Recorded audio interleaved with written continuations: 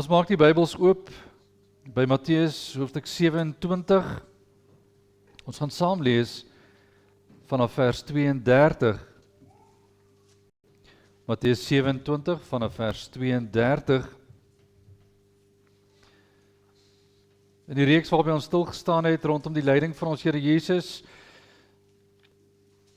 het ons gesien hoe die Here Jesus gelei het onder mense, sy disippels, onskuldige verhore. Nog gedeeltes moet jy lees, ek raai aanlees gerus elke evangeliebeskrywing, sy gedeelte oor die lydensweg, die kruisiging en die opstanding. Dit gee 'n volledige prentjie van wat het als gebeur. Elke evangelis dra 'n gedeelte voor met 'n bepaalde fokus. Die hele prentjie is waardevol om raak te lees. Voordat ons saam lees, kom ons bid saam. O Here, ons Here, almagtige en barmhartige God. Ons bid tot U as die gewer van alle goeie gawes. Die een wat praat en ons moet luister. Die een wat onderrig, sodat ons kan weet. Here, wanneer U Gees ons kragtig en ons verstand verlig en verhelder, is dit moontlik om te weet wat U sê. En daarom is ons gebed dat U ons ook nou voorberei om die woord aan te hoor soos dit daar staan. Laat U wil ook in ons midde geskied. In Jesus naam. Amen. Matteus 27 vanaf vers 32. Die opskrif, die kruisiging, en dit verhaal die gebeure soos wat Matteus dit verhaal. En toe hulle uitgaan, kry hulle 'n man van Sirene met die naam van Simon. Hom het hulle gedwing om sy kruis te dra. Dit is die kruis van Jesus. En hulle het gekom in 'n plek op 'n plek wat Golgotha genoem word. Dit beteken plek van die hoofskedel. En vir hom asyn met gal gemeng gegee om te drink. En toe hy dit proe, wou hy nie drink nie. En nadat hulle hom gekruisig het, het hulle sy klere verdeel deur die lot te werp, sodat vervul sou word wat deur die profeet gespreek is. Hulle het my klere onder mekaar verdeel en oor my gewaad die lot gewerp. En hulle het gaan sit en hom daar bewaak. En bokant sy hoof het hulle sy beskuldiging in skrif opgestel. Dit is Jesus, die koning van die Jode. Toe word daar saam met hom 2 rowers gekruisig, een aan die regter en een aan die linkerkant. En die verbygangers het hom gesmaad, terwyl hulle hul hoofde skud en sê, hier wat die tempel afbreek en in 3 dae opbou, red u self. As u die seun van God is, kom af van die kruis. En so het ook die owerpriesters, saam met die skrifgeleerdes en ouderlinge gespot en gesê, ander het hy verlos, homself kan hy nie verlos nie. As hy die koning van Israel is, laat hom nou van die kruis afkom en ons sal in hom glo. Hy het op God vertrou, laat hy hom nou verlos as hy behaag in hom het, want hy het gesê, ek is die seun van God. En op dieselfde manier het die rowers wat saam met hom gekruisig was, hom ook beledig. En van die 6de uur af het daar duisternis gekom oor die hele aarde, tot die 9de uur toe. En omtrent die 9de uur het Jesus met 'n groot stem geroep en gesê, Eli, Eli, lama Sabachthani. Dit is, my God, waarom het U my verlaat? En sommige van die wat daar staan, hoor dit en sê, hy roep Elia. Toe hardloop daar dadelik een van hulle en neem 'n spons en maak dit vol asyn en sit dit op 'n riet en laat hom drink. Maar die ander sê, wag, laat ons sien of Elia kom om hom te verlos. Daarop het Jesus weer met 'n groot stem geroep en die Gees gegee. En kyk, die voorhangsel van die tempel het in 2 geskeur, van bo tot onder. En die aarde het gebewe, en die rots het geskeur, en die grafte het oopgegaan, en baie liggame van die ontslape heiliges het opgestaan. En na sy opstanding het hulle uit die grafte uitgegaan, en in die heilige stad ingekom, en aan baie verskyn. En toe die hoofman oor 100 en die wat saam met hom Jesus bewaak het, die aardbewing sien, en die dinge wat daar gebeur, het hulle baie bevrees geword, en gesê, waarlik, hy was die Seun van God. En daar was baie vroue, wat het van ver af aanskou het, wat vir Jesus van Galilea af gevolg en hom gedien het. Onder hulle was daar Maria Magdalena en Maria, die moeder van Jakobus en Joses en die moeder van die seuns van Zebedeus. Geliefdes, die hele gedeelte sal oorhoofs in die prediking in behandeling geneem word.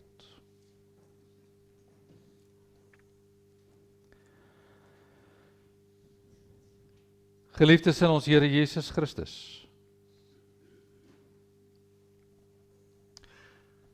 stel u voor,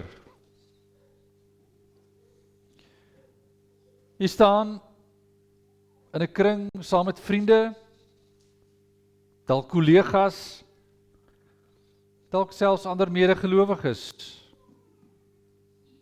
Iemand begin praat oor 'n ander mens. Jy weet, die gewone bespreking van 'n ander. Dit begin dalk met 'n grappie. Dan word dit bietjie skerper. Die lag word harder en skielik lag jy saam. Jy sê nie iets nie, jy lag net. Of jy knik instemmend. Of jy voeg dalk net een klein woordjie by. Hoe maklik gebeur dit nie? Hoe maklik word ek deel van 'n groep wat spot met 'n ander? Dalk net praat oor 'n ander. Nie altyd in 'n positiewe lig nie. Hoe maklik word jy deel van iemand wat 'n ander bespreek? Dalk afbreek, jouself dalk in hulle leed verlekker. En is in daardie moment wat jy bydra tot 'n ander se leed. Miskien dink jy, eintlik is ek nie so nie. Ek sal nooit deel wees van so 'n saak nie. Ek sal nooit doen wat ander doen nie. Dalk besef ons, ek het nie eintlik verstaan wat eintlik aangaan nie. Ek het deel geword van die gesprek. Ek het maar met meegevoel saam gelag. Want almal het gelag. Kan ons nou nie een kan staan nie. Ek was onkundig, ek het nie geweet nie. Maak nie regtig saak hoe ons deel word van besprekings, hoe ons deel word van hierdie manier van werk. Die samelewing is lief om te sê, jy moet maar sterk wees. Jy moet maar net sterk wees. En oor dit kom. Maar wanneer jy deel word deur die woord, deur te lag, deur stil swai of selfs deur te knik, is jy en is ek skuldig aan die meewerking van dit wat met 'n ander gebeur. Ken ons dit nie? As deel van mens wees, is dit normaal. Dis wat ons baie maklik kan doen. Wie ly die meeste hieronder? Onder hierdie erge sonde wat mense vandag oorsien, as maar net nog iets wat gebeur het. Ons Here Jesus ly.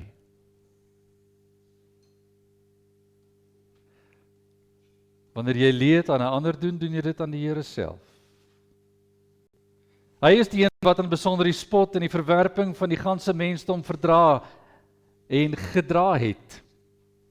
Hy is die een wat die kruis nie net met spykers in sy liggaam gekry het nie, maar ook die wrede, smalende gedrag van die mensdom wat in hulle karakter baie maklik toevoeg, wat 'n ander een sê, ons is mos in die span, in die groep. Baie maklik toevoeg, wat gemaklik kom, want almal doen dit. Niemand het hom ontsien nie. Verbygangers.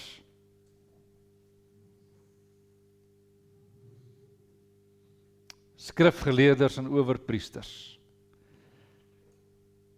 Ja, selfs hulle wat veroordeel is, reeds hang aan 'n kruis. Wanneer almal doen ons graag saam. Ons sien hoe die Here ons wys in hierdie gedeelte en die evangelie beskrywing is so helder. Ons sien hoe die Seun van God ly onder hierdie gedrag. Eerstens sien ons, mense spot uit elke moontlike groep. Elke moontlike groep. Die spottery het al vroeg begin. Jy sal raak lees in Johannes 18, waar die verhoor voor Annas plaasvind. Daar word net iets gesê, of Jesus se reaksie was vir daardie mense rondom Annas nie aanvaarbaar nie, en hy word gespot, geslaan en gespuug. Hy word geslaan. Jesus vra pertinent, wat het ek gesê dat jy my slaan? Minagtend word voor Annas opgetree. Voor Kajafas soortgelyke gebeure. Spottend. Spottend. Maar omdat die Joodse raad, die Sanhedrin, die regstelsel van die Joodse samelewing nie kon keer, of eintlik nie kon veroorsaak, dat Jesus doodgemaak word nie, want hulle het nie die mag gehad nie, het hulle gesoek na 'n klag, wat hom tot dood kon veroordeel. Hulle moes hom skuldig bevind in die Joodse reg aan laster, dan sou hulle kon sê, hy verdien die dood. Hulle sê, hy is die Seun van God. Dis wat hulle verhoor bepaal. En hy is dan mens. Hy kan nie die Seun van God wees nie. Hy kan nie sê dat hy God is nie. Hierdie klag wat voor die Joodse raad aanhanger gemaak word oorgedra aan Pilatus. Pilatus vind geen skuld nie, tog hang Jesus aan 'n kruis. Geen skuld nie. Wanneer Pilatus sy hande in onskuld was, sê hy, ek vind geen skuld in hierdie man nie, maak met hom soos julle wil, dis op julle. Dis op julle. Maar hy sê, maak maar dood.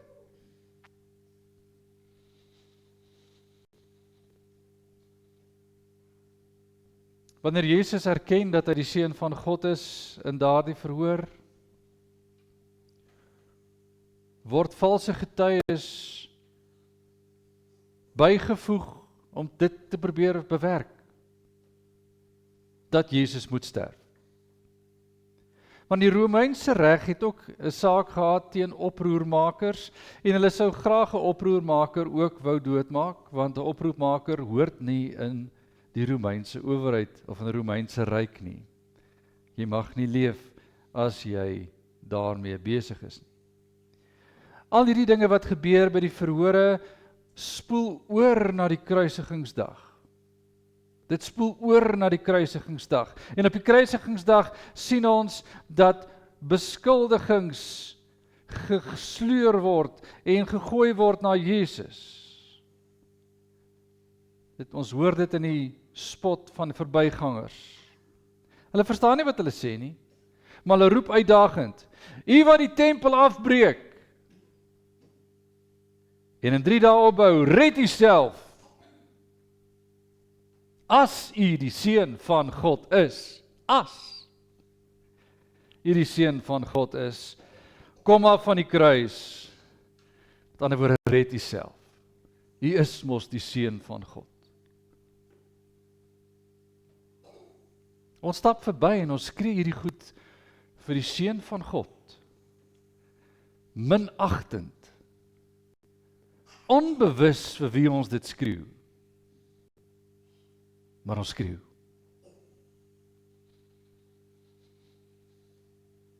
En hulle sê die waarheid. Hulle praat wat waar is, maar hulle doen dit in spottaal. Hulle bely, maar hulle glo nie wat hulle sê nie. En hier is 'n refrein wat deur hierdie hele gedeelte speel. Hulle sê, maar hulle weet nie wat hulle sê nie. Klink dit maar soos meeste spotters?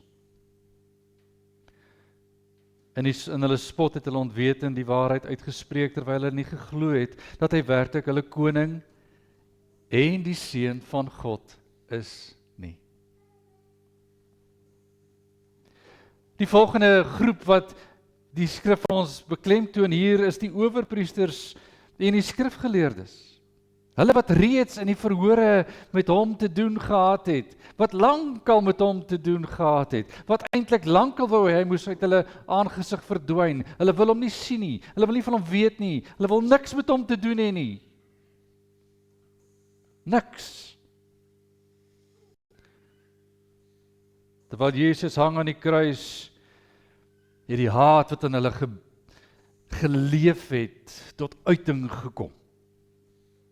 Hulle sou met groot ywer dit doen, deur te spot en verder toe te voeg wat hulle lankal wou sê.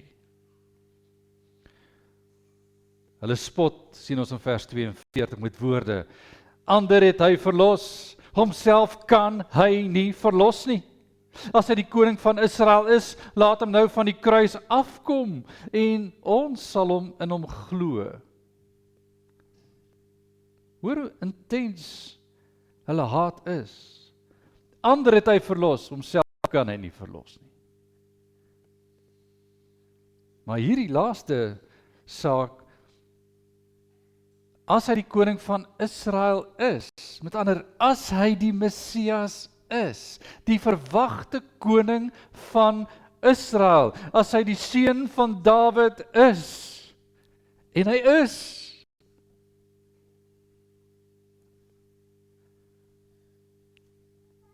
as hy dit is, laat hom van die kruis afkom. Dit moet die teken wees, hy sal van die kruis afkom as hy ons koning is.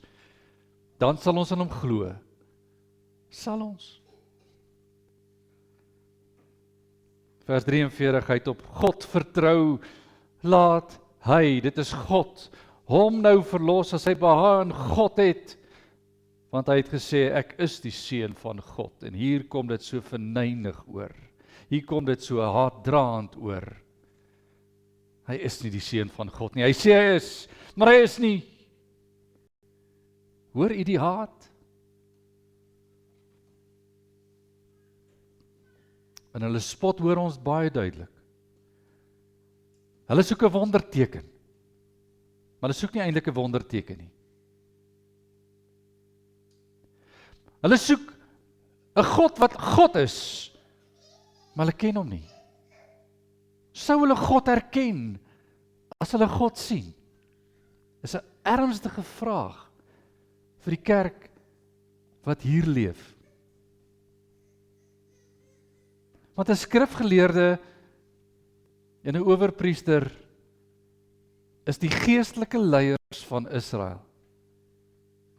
Dis hulle wat sê, ons aanbid, so moet julle aanbid. Ons soek 'n teken, kom af van die kruis, dan sal ons glo, jy is die seun van God, maar jy is nie my God nie. Ek soek 'n ander God. Jesaja 53 was nie vir my genoegsaam as skrifgeleerde om te bewys, hy is my God nie. Hierdie kruisgebede wat amper letterlik Jesaja 53 is, verhore wat amper letterlik Jesaja 53 bewys, bestaan die profesie dan nie vir jou skrifgeleerde nie? Hoe kan jy ontken wie jy sien? Hoe kan jy ontken wie jy sien?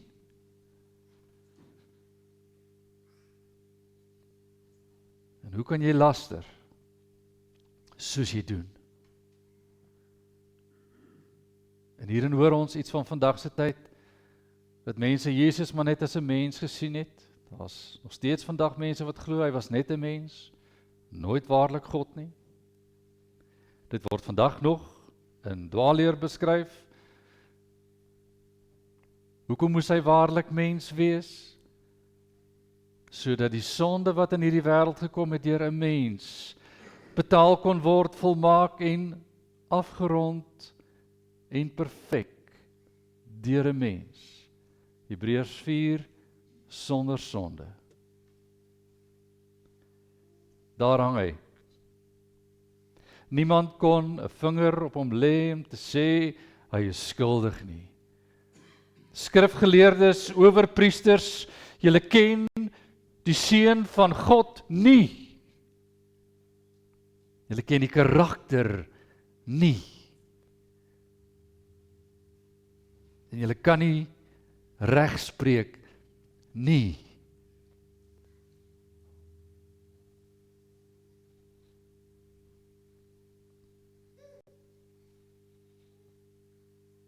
Wanneer ons sien wie hulle is, hulle soek 'n teken, en hulle het klaar die tekens gesien. Blindes se oë is geopen. Dowes het gerapporteer, ek kan hoor. Siekes het weggestap, genees. Maar julle wil sien dat hy van die kruis afkom. Julle soek nie 'n teken nie.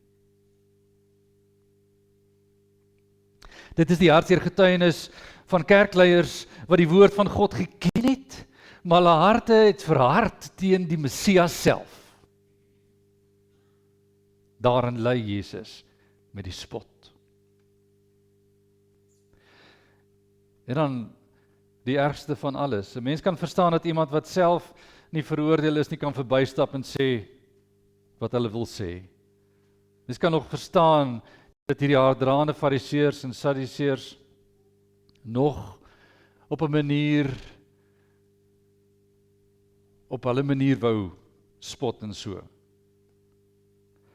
Maar wanneer jy 'n gevangene was, regverdig geoordeel is, jou verhoor was daar niks meer fout nie, jou klag is duidelik, jy het gesteel, hier hang 2, een aan sy linker en een aan sy regterhand, rowers, veroordeelde rowers, en rowery was gesien as oproermakery en dit was gesien as 'n straf tot die dood. Rome het erns gemaak met misdaad. En daarom, as die Romeinse owerheid besluit, dis verby, is dit verby. Die kruis is 'n tentoonstelling vir almal wat daar verby stap. Julle verdien om te sterf. Rower, jy verdien om te sterf.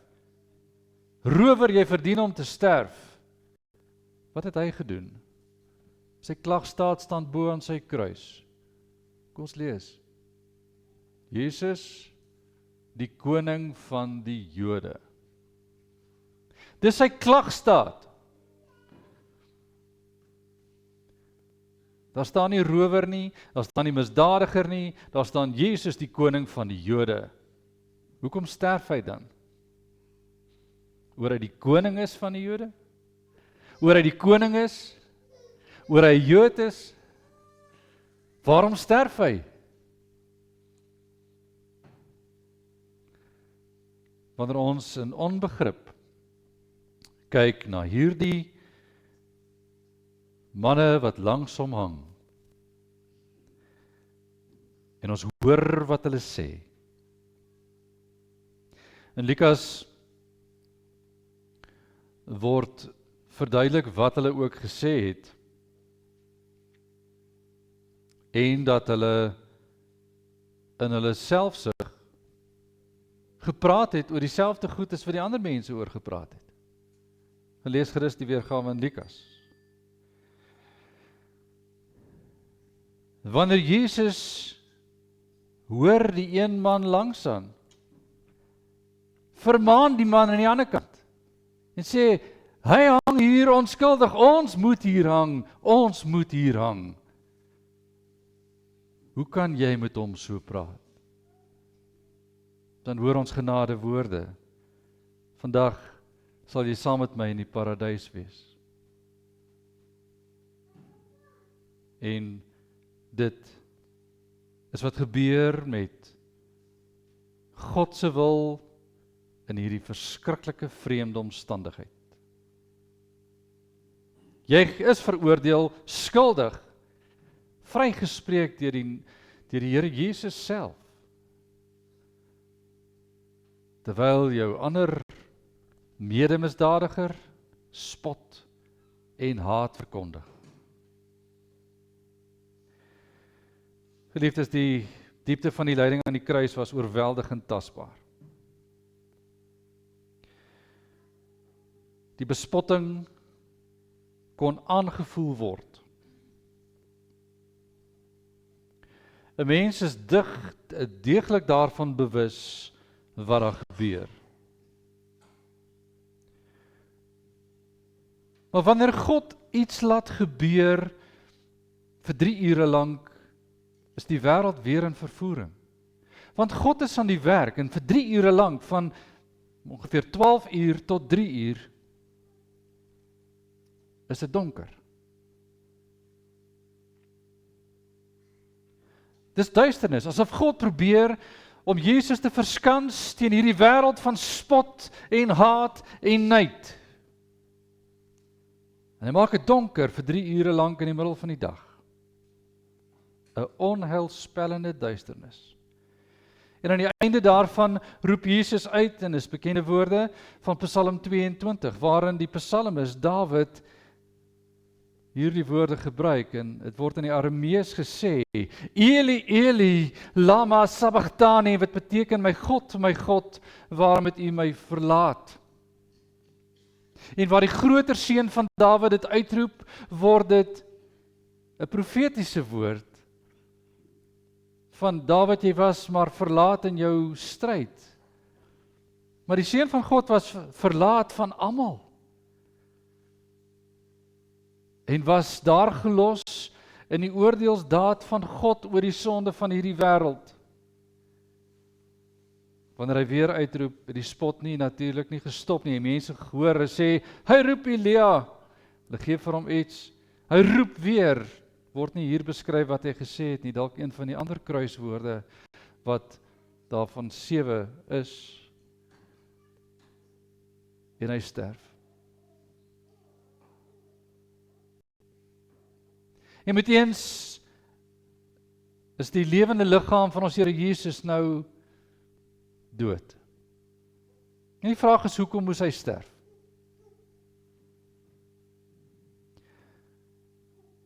Van die Ou Testament af sien ons in Levitikus dat wanneer jy kyk na die offer van Levitikus 1 tot 7, veral die bloedoffers, dan sien ons raak dat die offerdier moet sterf. Die bloed van daardie offerdier word dan uitgegiet rondom die altaar, en dis die versoeningsdaad. Wat sien ons gebeur aan die kruis? Ten spyte van die spot en die haat, Ons sien Jesus sterf. En in daardie oomblik het hy die Ou Testamentiese offers vervul in sy bloed. En versoening is in daardie moment bewerk. Hy word nou die laaste offer. En sy bloed het die skuld betaal, en die sondaar is nou in die regte staat met God gestel. En dis die tweede saak. Die tweede saak wat ons na kyk is die dood aan die kruis gee die versoening. Ons sien hoe hy dit doen. Ons sien hoe hy die volmaakte offer bring. En ons sien hoe God dit beklemtoon. Kyk na die beklemtoningsmomente. In vers 51 lees ons wat gebeur met die voorhangsel. Die voorhangsel, 'n tabernakel item, later 'n tempel item. Vers 51 lees, die voorhangsel van die tempel het in twee geskeur. Met ander woorde, heeltemal in twee geskeur. 'n Onbruikbare gordyn is die voorhangsel as hy in twee geskeur het, want sy doel was bedekking, sy doel was toemaak. Sy doel was afskei die heiligste, die voorste deel van die tempel, na die klein agterste deel waar die verbondsark van die Here moes staan, waar God se teenwoordigheid was. En dis die simbool wat ons moet raak sien. Wanneer die tabernakel simbool van skeiding tussen waar priesters mag gaan en waar slegs die hoëpriester kon kom eenmal per jaar, lees Levitikus hoofstuk 16. Een dag in 'n hele jaar was dit toegelaat dat die hoëpriester daar kon kom. Wanneer die Here self kom, en nie soos 'n mens van onder na bo skeur nie, maar die voorhangsel van bo na onder skeur, maak hy 'n einde aan die toegang van net die hoëpriester eenmal per jaar. En hy gee vir ons 'n nuwe hoëpriester, die een aan die kruis. Want die versoening is bewerk en nou het ons 'n voorspraak by die Vader. Ons het dit in Jesus, die Christus. Nou gaan ons deur Jesus na die Vader. En daar is nie 'n groot versoendag nodig nie. Daar is geen ander stelsel nodig nie. Maar ons kan direk na die Vader deur die Seun.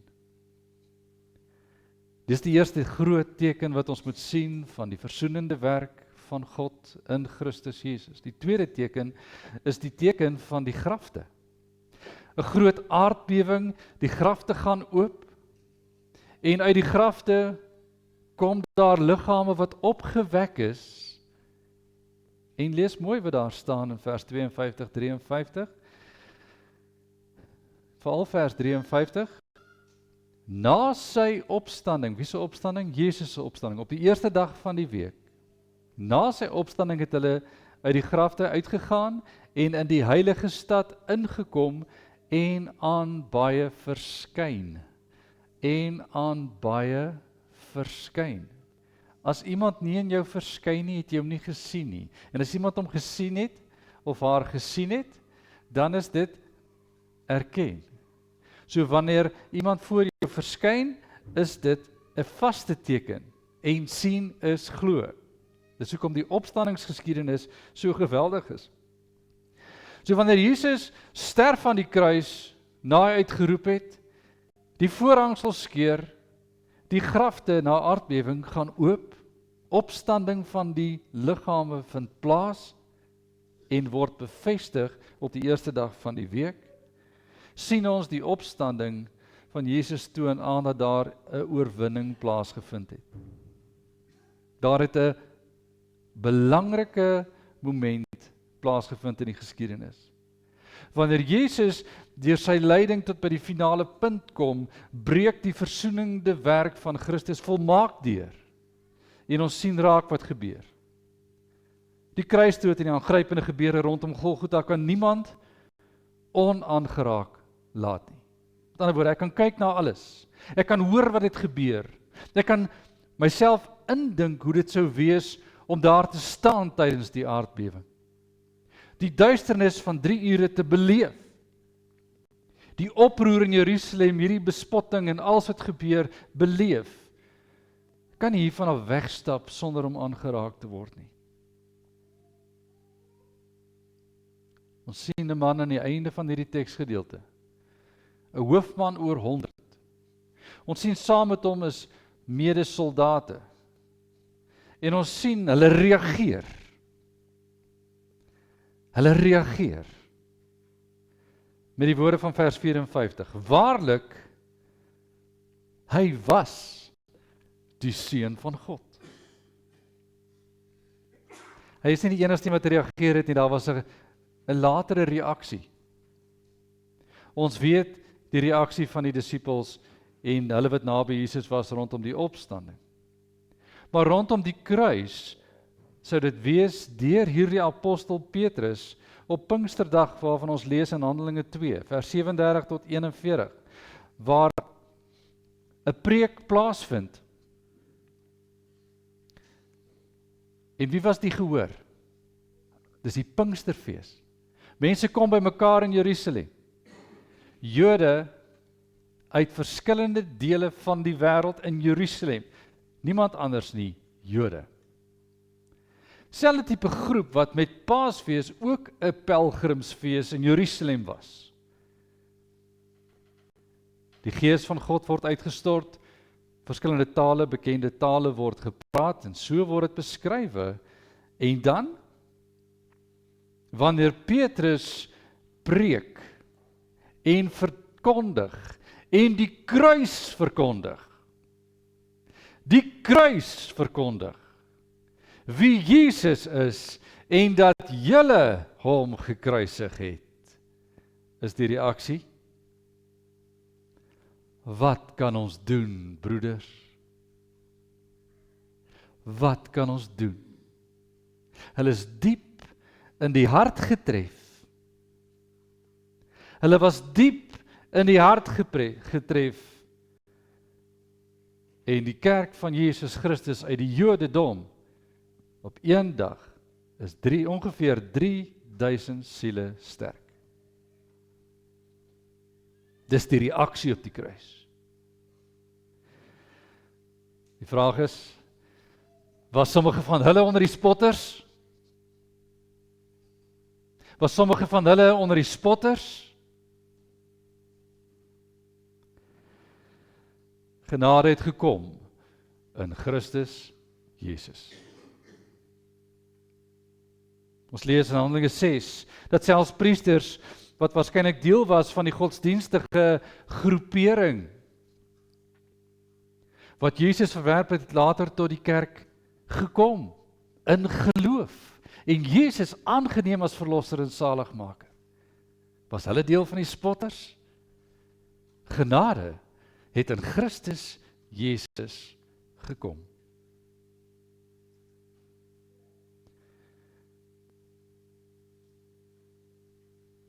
So het die kruisdood van Christus 'n kragtige lewensveranderde effek op elkeen wat deur die Gees aangeraak word. Ons sien dit. Ons hoor dit. Die vraag is, hoe reageer u en ek vandag op die kruis?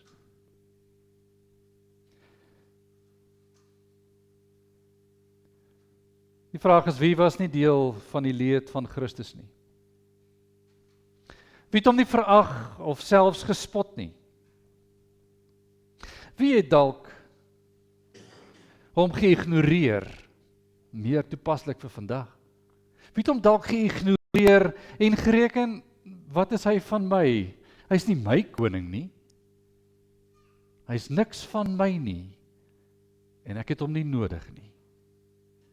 En hy kan niks vir my beteken nie. En geliefdes, vandag staan die kruis nog steeds reg in die middel van ons wêreld. Ongemaklik, onontwykbaar, jy kan nie by hom verbykom nie,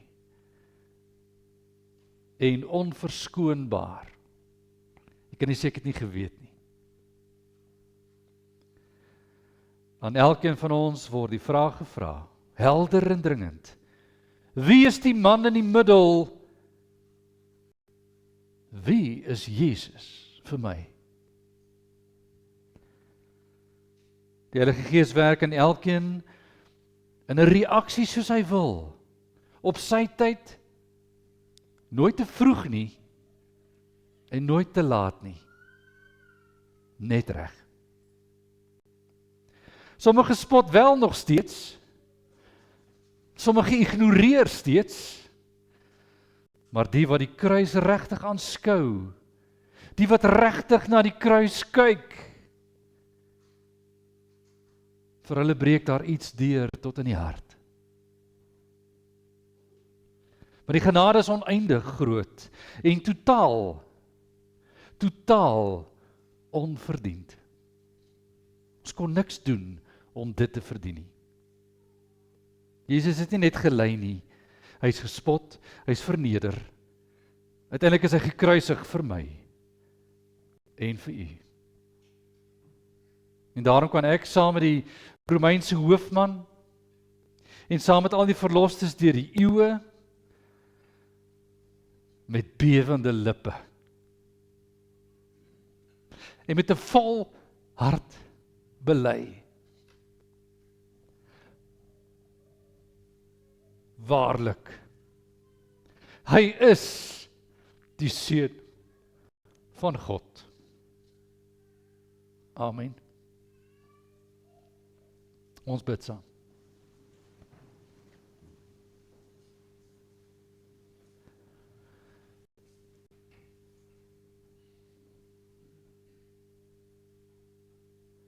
Almagtige en barmhartige God,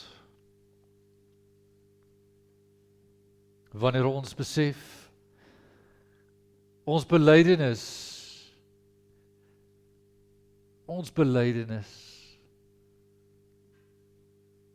is 'n bewussyn van wat het gebeur aan hierdie kruis. Dat ons weet en verstaan, ons kan nie onaangeraak by hierdie punt verbykom nie. Dankie Here, dat ons weet, U gee wat nie moontlik was sonder U Gees se werk nie. U skep begrip wat niemand sou verstaan as U dit nie deur hierdie wyse laat geskied het nie. En wanneer ons die grootheid van God en U heerskappy besef, kan ons bely, U is waarlik God. Dankie vir hierdie belydenis. En die krag waarmee die Christelike Kerk dit vandag steeds kan bely. Dankie vir die geleentheid. En dankie vir die goedheid. Ons bid vir die kerk in hierdie land, maar ook in die wêreld rondom ons. En ons bid dat U vandag verheerlik mag word in elke plek waar U naam aanbid word.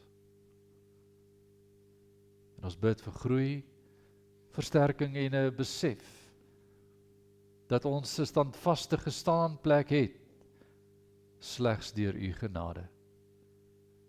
Laat dit wees volgens U genadige wil met elkeen. Aan U kom toe die eer, die dank, die lof en die aanbidding in Christus Jesus naam. Amen.